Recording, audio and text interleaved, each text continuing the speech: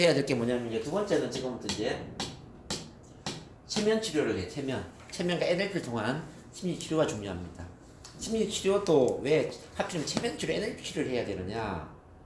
자, 지금 두 분 같은 경우에는 의식 차원의 통제할 수 있는 문제를 갖고 있는 게 아니라 의식 차원의 통제할 수 있는 마음의 문제가 아니라 의식 차원의 통제가 안 되는 무의식적인 부정적인 패턴을 갖고 있기 때문에 무의식 차원의 치료를 해야 된다 말이에요. 예를 들면 나도 모르게 화가 난다, 나도 모르게 우울해진다, 나도 모르게 불안하다, 나도 모르게 잠이 안 온다, 나도 모르게 뭐 잡생각이 난다. 이게 나도 모르는 나도 모르는 이런 패턴들은 이건 의식 차원이 아니에요. 잠재의식 차원이라고요. 근데 잠재의식 차원의 문제는 잠재의식과 소통하는 치료를 해야 된다. 그럼 잠재의식과 소통할 수 있는 치료가 뭐가 있느냐 보면 우선 체면 치료가 있고 체면 치료. 두 번째 NLP 좀 이따 제가 설명해 드릴게요. NLP 치료가 있고 그 다음에 체면과 NLP를 결합한 어떤 시간선 치료 뭐 이런 기본 원리들이 있어요. 물론 이제 뭐 프로이트 심리학의 여러 치료법들이 있지만 그게 저는 효과가 전혀 없다고 이야기를 하진 않아요. 근데 가장 효과적인 게 뭐냐 묻는다면은 바로 트랜스를 활용한 자 체면 치료나 NLP 치료를 해야 된다. 자 그럼 이제 체면은 뭐냐를 지금부터 좀 이해를 해야 된다. 막 텔레비전에서 체면 많이 보셨죠? 선생님은 체면 하면은 어떻게 생각이 나세요? 내가 생각한 체면은 뭐라고 생각하세요? 글쎄요. 뭐 자주 본 건 아닌데 한 몇 번 본 거 보면 네. 모르겠어요. 그 사람 체면 건 사람이 네. 그 체면 당하는 사람의 네. 뭐 일부 과거도 볼 수도 있고 그 정도 외에는 오케이. 오케이 좋습니다. 선생님은 체면은 뭐라고 생각하세요? 체면 내가 전 생각. TV에서 체면 이런 거 하는 거 보면요, 네. 그 우습게 생각했어요. 음. 왜 체면을 걸려가지고 저런 모습을 해야지 되나? 그냥 현실을 그냥 살면 되지. 이 체면이라는 걸 내가 받는다는 걸 생각도 못 해봤었어요. 자, 근데 지금에 와서는 내 진짜 내 자아가 뭐지? 그게 절실하게 느껴요. 지금. 오케이 좋습니다. 두 분이 생각하는 그 체면 다 맞는 이야기고요. 근데 이제 저희는 그것만 다루는 게 아니라 임상 체면을 다루기 때문에 그런 체면을 포함해서 좀 더 광범위한 체면을 이야기를 하고 있는 겁니다. TV에서 나오는 체면은 좀 체면 감수성이 예민하고 네. 체면에 잘 걸리는 사람 이런 사람들을 레디 썸녀가 예, 그냥 나오니까. 그렇죠. 드라마틱하게 네. 시청자들한테 흥미를 유발하기 위해서 네. 드라마틱한 장면만 촬영을 해서 재미를 주기 위해서 네, 이렇게 이제 그런 것 보여주는 겁니다. 그래서 그렇게 체면에 걸리는 사람은 10명 중에 1명 정도는 그렇게 걸려요. 진짜 너무 쉬운 것 같아 진짜. 10명 중에 1명 걸리는데 모든 사람이 다 그렇게 걸리진 않아요. 저희가 이제 체면을 걸어보면 10명 중에 한두 명은 TV에 나오는 것처럼 걸릴 수가 있고요. 그 다음에 10명 중에 한 3명, 4명 정도는 중간 정도의 체면에 걸리고 또 뭐 한 5명 정도 체면에 얕은 체면에 걸리거나 체면에 잘 안 걸립니다. 그러니까 그게 어디 걸리겠냐고. 잘 안 나도 그런 걸립니다. 생각이 우습게 그래서 이제 보이더라고. 모든 사람이 체면에 다 걸리는 건 아닙니다. 그래서 저희가 이제 체면 치료만 하는 게 아니라 NLP 치료를 같이 통합을 하는 겁니다. NLP는 체면에서 발달된 개념인데, 근데 체면에 안 걸려도 체면에 걸린 것과 똑같은 효과를 만들어내면서 치료가 됩니다. 체면을 안 걸어도 체면에 걸린 것과 같은 효과가 나온다는 거죠. 그게 이제 재밌는 건데, 요걸 이제 뭐 나중에 체면 시간에 뭐 다시 배워야 되겠지만은, 이제 체면을 전통적인 체면을 보면은 뭐 이렇게 긴 소파에 기대서 이제 체면사가 유도하는데 이렇게 따라오는 그런 형태가 이제 전통 체면이잖아요. 근데 그 전통 체면은 어떤 사람한테는 효과가 있지만 어떤 사람한테 효과가 없더라는 얘기입니다. 그래서 이제 1950년대에 그 밀턴 에릭슨이라는 사람이 전통 체면과는 별도로 에릭슨 체면이라는 걸 개발하게 되었어요. 자, 모든 사람이 체면에 다 들어갈 수 있는 그런 패턴. 그거는 이제 체면사 중심의 체면이 아니라 자, 내담자 중심의 체면. 그 사람 중심의 체면을 해서 대화를 통해서 믿음, 신뢰를 구축하고 편안한 마음을 만들어서 본인의 의지로. 자연스럽게 편안한 상태로 들어가서 체면에 걸릴 수 있는 그 체면법을 이제 마치 대화하는 것처럼 체면을 건다 해서 대화 체면 내지는 에릭슨 체면이라고 그래요. 그 에릭슨 체면에서 발달된 게 개념이 이제 NLP입니다. NLP는 그 에릭슨 체면을 기본으로 대화 체면에는 걸릴 것 같아. 예, 그거 가능합니다. 에릭슨 체면을 기본으로 해서 이제 또 우리 심리학의 개수할때 심리 치료와 가족 치료를 통합하면서 NLP라는 원리가 이제 만들어지는데 이 두 가지를 같이 결합하면은 대부분의 치료가 다 가능합니다. 그럼 이제 체면에 대한 고정관념을 좀 없애기 위해서 체면은 뭐냐라고 한다면 체면은 그냥 편안한 상태에 들어가는 거예요. 긴장을 풀고 편안한 상태에 들어가면 그게 체면에 들어가는 거야. 그리고 생각이 막 흩어져 있는 생각이 하나의 생각으로 집중이 된다. 그러면 체면에 들어간다. 그러면 지금 두 분 선생님들 같은 경우에도 이제 체면에 들어간 적이 많이 있을 거예요. 체면에 걸린 적이 많이 있어요. 근데 그게 체면인 줄 모를 뿐이에요. 그뭐 전생 뭐 이런 거 하는 거는 자, 전생도 물론 가능해요. 가능한데 어쨌든 체면을 제가 설명을 해드린다면은 아침에 일어났을 때 잠은 깨었는데 눈 뜨기는 싫고 일어나기는 싫고 그대로 좀 누워 있고 싶은 그런 기분 느껴보셨나요? 컨디션이 안정적이죠. 네, 그게 바로 체면 상태예요. 이대로 편안하고 좋다. 이대로 가만히 있었으면 좋겠다. 이게 체면이라고. 소파에 기대어서 TV를 보고 있을 때 소파에 기대어 있는 이 상태 참 편안하고 좋잖아요. 그래서 일어나기 싫죠? 엉덩이가 무겁다 그런 이야기 많이 들어보셨잖아요. 그런 것도 체면 상태죠. 그렇지. 네. 무의식. 네. 그리고 이제 한 가지 생각이 집중되는 상태. 영화를 보고 볼 때, 재밌는 영화를 볼 때, 네. 재밌는 드라마를 볼 때 집중되어 있잖아요. 옆에 누군지 신경 안 쓰죠? 그 체면 상태. 또 사랑하는 사람과 대화를 나눌 때, 친구랑 대화 나눌 때 대화에 푹 빠져 있잖아요. 옆에 사람 신경 안 쓰잖아요. 우리 커피숍에, 레스토랑에, 뭐 친한 사람과 대화할 때 옆에 사람 신경 안 쓰잖아요. 그것도 체면 상태라. 오늘 저랑 상담하고 있잖아요. 상담 내용이 아마 두 분에게 잘 맞다면 제 이야기에 집중하고 있을 거예요. 그럼 옆에 어떤 사람이 있는지 뭐 뒤에 어떤 소리가 들리는 신경 안 쓰겠죠? 이것도 체면 상태에 빠진다고 합니다. 그래서 체면이라는 것은 이상한 상태가 아니라 그렇게 쉽게 얘기는 이렇게. 자 편안한 상태에서 하나에 집중이 되면 체면이 되는 거예요. 그래서 우리 일상적인 편안함과 집중을 많이 경험을 하고 있기 때문에 일상적으로 우리는 체면에 많이 걸린다 이렇게 보시면 됩니다. 하루 24시간 중에 최소한 3분의 2 정도는 체면 상태에 살고 있어요. 그러니까 그거 제가 원하는 게 그거야. 어디 이게 집중을 참 잘하거든요. 수업을 강의 받으면 다 토시 하나 안 틀리고 체면을 잘 걸리겠네요. 뭐. 토시 하나 안 틀리고 받아 적어야지 직선이 풀려요. 왜냐면 내가 다시 복습할 때 네. 공부를 효과적으로 할 수 있거든요. 그렇게 이제 근데 그게 많이 없어지니까 속이 상한 거야. 그래서 어디 그죠, 커피숍 그죠. 같은 데 가서 혼자 그때 체면 상태 만드는 거야, 진짜.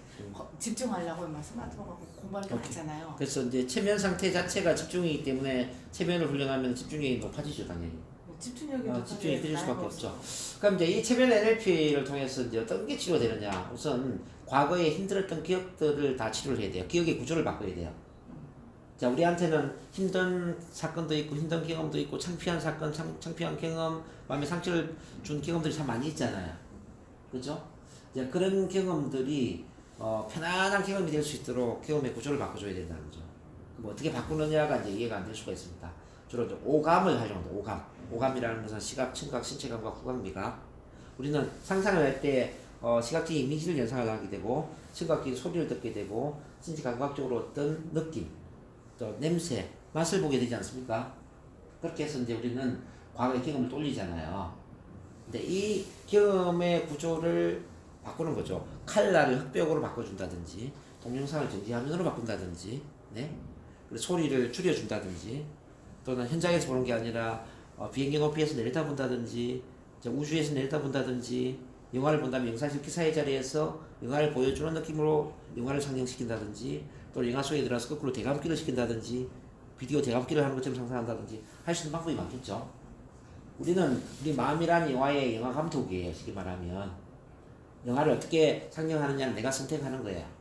근데 이 두려웠던 경험, 창피한 경험, 힘들었던 경험 이렇게 영화를 보여주는 영사실 기사의 입장에서 보여주고 대감기를 시키고 이런 걸 한 5번을 반복해버리잖아요. 그러면 정말 신기하게도 두려움도 없어지고 창피함도 없어져버려요. 밋밋한 경험이 돼버려요. 또는 이제 과거 힘들었던 경험을 사진을 찍어서 사진을 불태워서 없애버릴 수가 있겠죠. 네? 불이 타서 없어진다는 상상을 몇 번만 체면 상태에 반복을 해도 느낌이 줄어들 수가 있고요. 또 유리로 된 사진을 찍어서 힘들었던 경험은 돌멩이를 던져서 깨트려버리는 거예요. 상상 속에서. 그러면은 유리가 깨지는 것처럼 그때의 장면이 상상조각이 나서 깨져버리는 그런 느낌으로 부정적인 느낌이 사라진다는 거죠. 그래서 여러 기법들이 수십 가지가 되는데 이런 수십 가지의 NLP나 체면 기법을 활용해서 과거에 힘들었던 기억을 편안한 기억으로 바꿔준다는 거죠. 사건 경험은 있지만 느낌은 없는 게 되는 거죠. 그래서 우리가 할 일은 뭐냐면요. 우리한테 일어난 사건이나 경험이나 어떤 상황이나 이런 것에 대해서 긍정적인 반응을 선택하는 거죠. 이게 결합이 되면서 우리 운명이라는 게 만들어지는 거거든요. 그죠? 근데 사건 경험 상황은 우리가 바꿀 수가 없죠. 근데 반응은 우리가 긍정적으로 선택할 수 있습니까? 이걸 이제 10대 90의 법칙이라고 그래요. 10% 90% 합쳐져서 100%가 되는 건데 우리는 10%의 사건 경험 상황을 바꿀 수는 없지만 그것을 머릿속에 어떤 구조로 상상할 것인가 반응을 선택할 수 있어요. 자, 흑백으로 상상할 것인지 칼라로 상상할 것인지 소리를 없앨 것인지 효과음을 넣을 것인지 우주에서 볼 것인지 현장에서 볼 것인지 그렇지 않습니까? 그래서 그걸 어떻게 상상하느냐에 따라서 이 느낌 자체가 달라진다는 거죠. 공포증이라는 것은 뭐냐면 그때의 상상을 주인공의 입장에서 강하게 감정이입을 해서 느끼고 있다는 뜻입니다. 그 불안한 기억을. 그런데 그 공포증과 관련된 불안한 기억을 뭐 만화 영화를 보는 것처럼, 예? 코믹한 만화 영화를 보는 것처럼 우리가 이제 상상 훈련을 시켜주는 거죠. 그러면은 그 공포증이 재밌는 느낌으로 바뀌어버리죠. 아주 재밌는 느낌으로. 그리고 이제 우리는 또 어릴 때는 어른들이 너무 커 보이잖아요. 나는 작고 난장이처럼 작고 어른들은 그인처럼 커 보이잖아요. 그래서 거대한 사람이 나한테 꾸지람을 하거나 창피한 말을 할 때 그때 충격을 받는단 말이에요. 근데 그걸 다시 재해석을 시키는 거죠. 나는 커 있고 그 사람들이 개미처럼 작아진다라는 그 편집. 야단맞아 본 적이 없어. 예? 야단맞아 본 적이 없어. 어쨌든 편집 상상을 하게 만들어서 그 느낌을 줄인단 말이에요. 그러니까 다양한 방법으로 이제 그 느낌을 줄여주는 게 참 중요해요. 그런 거는 뭐 실제 이제 치료를 받아보셔야 아실 수 있고 이제 제가 원리를 설명하는 겁니다. 그 다음 또 한 가지는 뭐냐면은 과거의 사건을 원망스러운 사건이 아니라 감사한 일로 받아들이는 게 중요하다. 감사의 마음이 없기 때문에 과거에 집착을 하는 거예요. 그때 책을 읽다 들었던 경험이 참 고마운 일이었다라고 생각을 해야 돼요.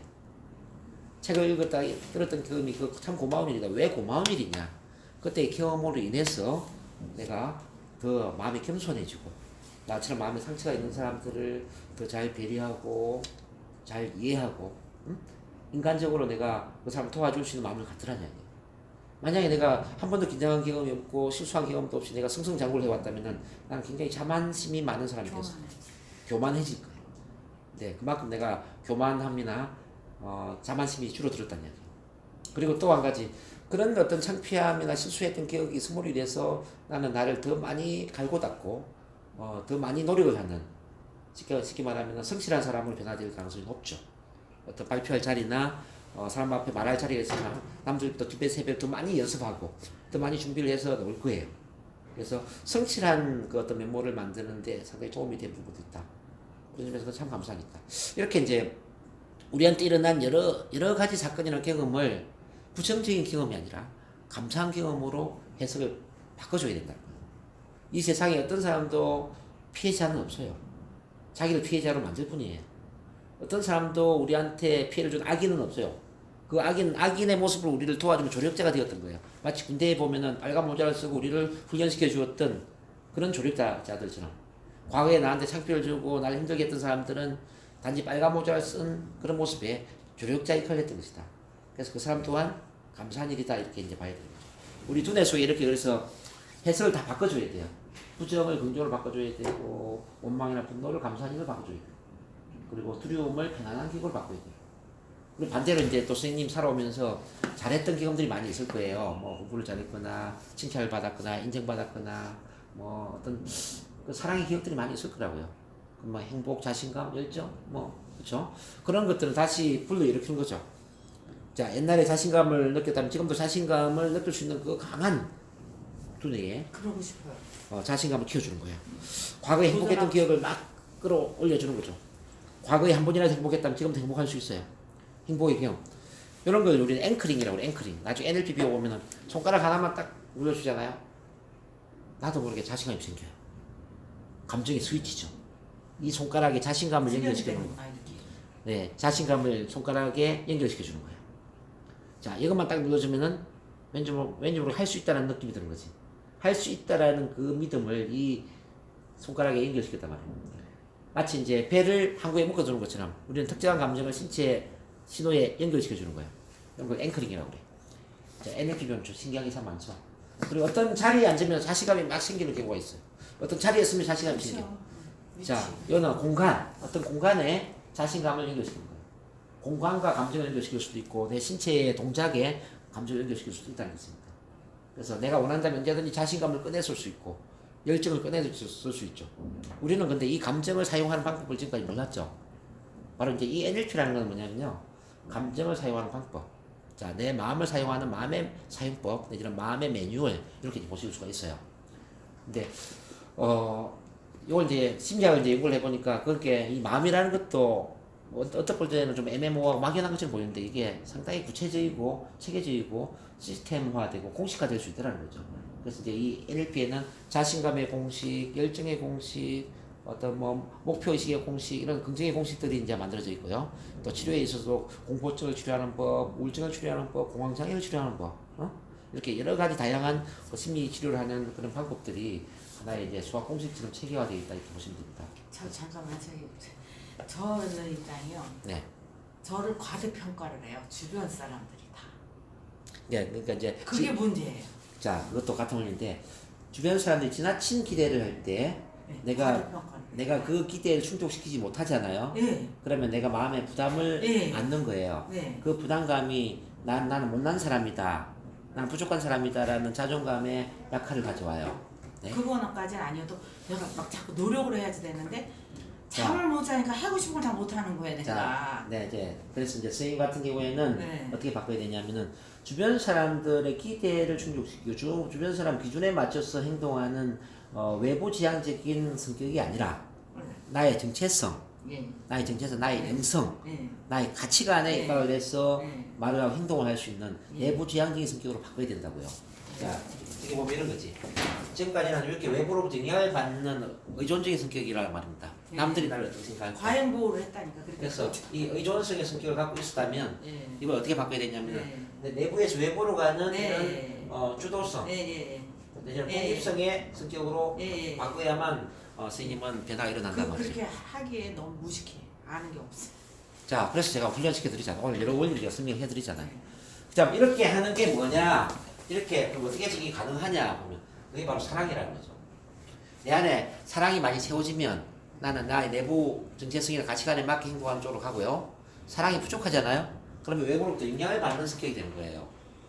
스님의 문제는 딴 게 아니에요. 스님은 사랑이 부족해서 그런 거예요. 사랑이 부족. 애정 결핍으로 인해서 계속 사랑받기를 원한단 말이에요. 근데 저보다 못한 사람들은 내가 많이 포옹해주고 이렇게 두들겨주고. 그걸 못한다고 생각하니까 그렇죠. 네? 못한다고 생각하니까 나보다 못났다고 생각하니까 내가 고용해 주는 거죠. 네, 당연히. 그거는 착한 마음이지 그게 네. 뭐 독립성은 아니에요. 맞아요. 자, 이렇게 생각을 해봐요. 내가 특정한 행동을 할 때 그게 나의 내면의 정체성이나 가치관에 의해서 노느냐 아니면 주변 사람들한테 사랑받고 인정받기 위해서 노느냐를 다 따져보시라고요. 그러니까 그게 너무 힘드냐. 나도 진짜 힘들어. 이러면서 두들겨 주는 거야. 왜 나를 괜찮게 보는 거야. 나도 힘들어. 나도 엄청. 근데 나이가 좀 젊었을 때는 그래도 견딜 수가 있어서요.